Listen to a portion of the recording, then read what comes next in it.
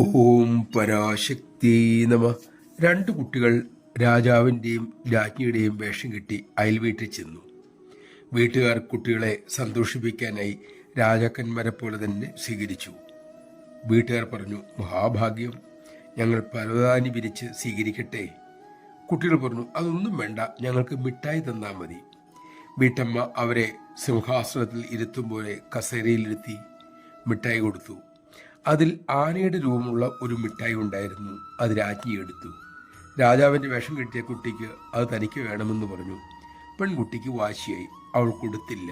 തർക്കമായി, വഴക്കായി, ഉന്തും തള്ളുമായി. അതിനിടയിൽ അവരുടെ കടലാസ് കിരീടം കീറിപ്പോവുകയും ചെയ്തു. അതോടെ രാജപദവിയും രണ്ടുപേർക്കും നഷ്ടപ്പെട്ടു.